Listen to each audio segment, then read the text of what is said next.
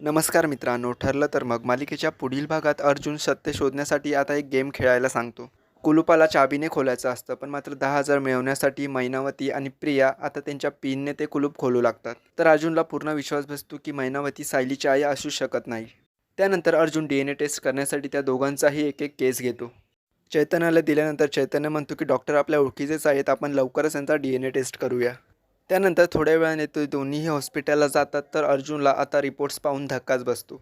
Doctor म्हणतात की तुम्ही जे सॅम्पल मला दिले होते ते दोघंही डिफरंट आहेत. म्हणजेच त्या दोन्ही व्यक्तींचा DNA टेस्ट मॅच होत नाही.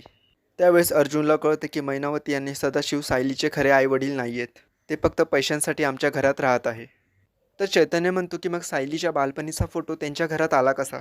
कदाचित अर्जुन मग तो फोटोही खोटा आहे. अर्जुन म्हणतो की आता यामागचं सत्य शोधून काढावंच लागेल.